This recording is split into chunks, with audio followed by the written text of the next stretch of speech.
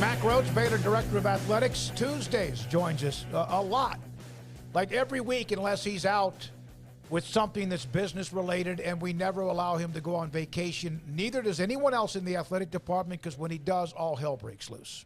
Isn't that true? I hope not. So I've got a great staff that probably they're better off when I'm not around. So they'd probably tell you that. So of the reported money that Texas and Oklahoma are going to pay to leave early, and some of it goes to Fox, and I guess the other 80% of it, whatever the number might really be, to the rest of the conference, does that money go to the remaining 8? Does that get spread out to the incoming 4 as well, or is that money used for possibly new teams joining the Big 12 in the future? Yeah, so primarily it's designated to the original 8. And again, when you think about the economics of everything, the 4 member schools, the 4 new schools didn't, enter or join the league, for free, and so, we were having to distribute monies, to those 4 institutions for, the last 2 years of the current TV contract, and we didn't receive any additional monies from our TV partners, for the last 2 years of this contract for those 4 institutions, and so, there were monies, designated and promised to those. Okay, well, where do you get that, right? That has to cut into current distribution. And so, this helps us with making everybody whole when we think about the 8.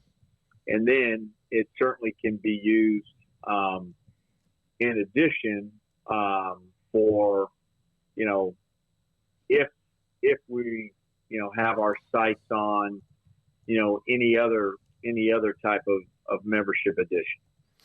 When it comes to any other type of membership addition, what a university has to qualify for you guys to even start entertaining it again when it comes to expansion?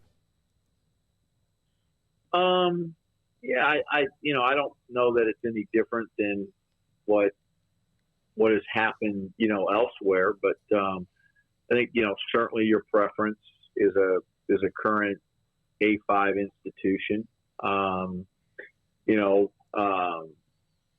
Commissioner Yormark has talked about, looking out west.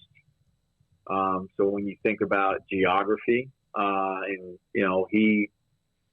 I'm certainly not aware of him retracting that statement. So, those are probably 2 places that you'd begin. Now, I'm not, I'm certainly not saying that we wouldn't, look at other potential candidates. And, so there's some different scenarios to play out. And certainly one of those is that we remain at 12.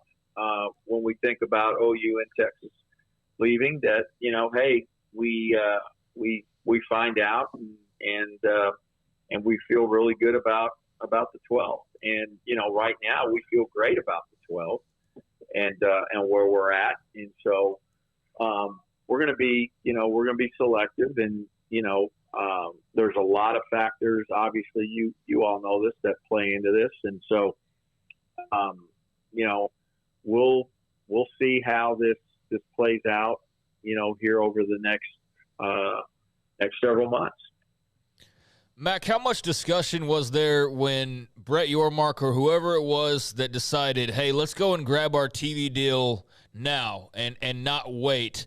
How much discussion was that at the time, and was there any pushback, and is there a little bit of relief just now, given kind of some of the talk going around that that was a move that was made when it was made? Yeah, Craig, there was conversation about, should we try to do this, and not knowing, how ESPN and Fox would respond. And, the way the agreement is written, we needed both of them to agree to, negotiate early. If one would have said yes and the other one would have said no, we wouldn't have had that ability to move forward. This new TV contract is not like that at all, but the current one, really required both to say yes. And so, we had conversation about, okay, well, the downside is, hey, going into the market, you're not going to have other, additional, potential, buyers and to help in terms of price point, no competition, drive it up. And I think we realized that, man, 2 years was a long time, and things could certainly change, and not knowing and understanding completely and having confidence in terms of the economy. And we really decided, hey, we may end up foregoing some monies, but our number one priority right now is stability. And so, being able to do what we did, and, thankful that ESPN and Fox both said yes. We'll have the conversation. I think we were very fortunate and blessed that, we have stability. And as time has gone on, obviously it looks like a pretty smart decision, just given the economic climate, and you're starting to see a lot of these, media partners lay off people, et cetera. So, but there was, very intentional conversation, strategy about, how we move forward.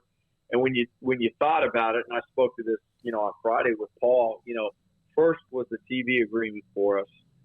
Second, priority has been, what happens with OU and UT. And, we're able to check off both of those. And then third priority is future membership. And so, we're now able to maybe focus a little bit more on what that means and does it make sense for us. Mack,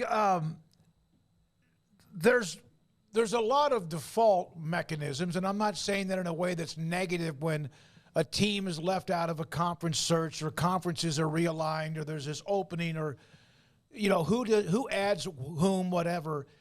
Does, in the end, I know what's important to academic institutions and all of that, money, endowments and all of that, but does any of that matter when it comes to bottom line athletic television media rights deals? I'm not sure I'm not sure exactly what you're asking, Smoke, and I'm sorry if I'm not following it. Does research money matter when it comes to television rights deals?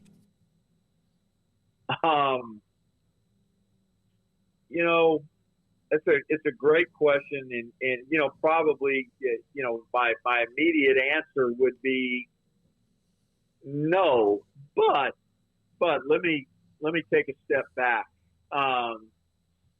I think for some presidents, some boards, hey, we're not going to look at a particular school because of their academic profile. And, I think a great example of it is the Big Ten. And so, they're comprised of, AAU institutions, except for one. And that particular institution was a AAU institution and lost that membership. And so, if the Big Ten's looking to add any additional institutions, I'm not sure that they're going to look at anybody that's not an AAU institution. And so, I do think that absolutely, depending upon the conference and which way, it goes, it has some value, and and it certainly can be a factor.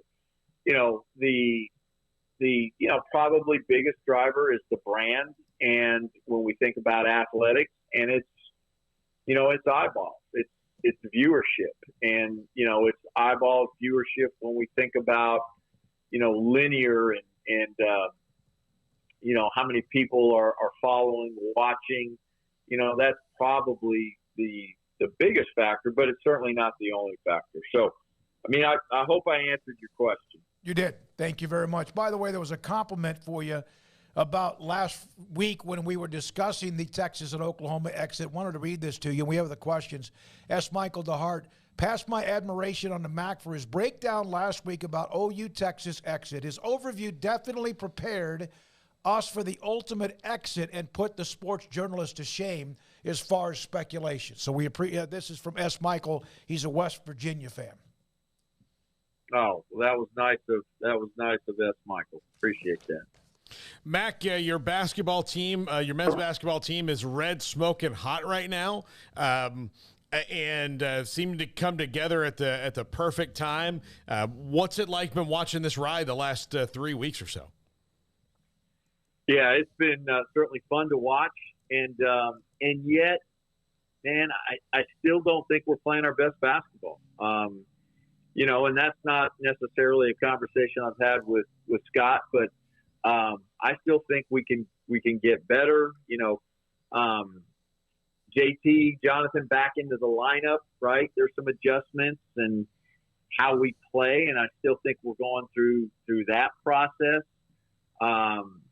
Certainly, LJ right now is playing at a high level, particularly the last couple games, and Adam's playing well, and Keontae, is playing well, maybe not scoring, but you look at, last night, and I think he had 9 rebounds and seven assists, and Jalen, but I still think, we're in this process of with the added dimension of Jonathan learning how to play together.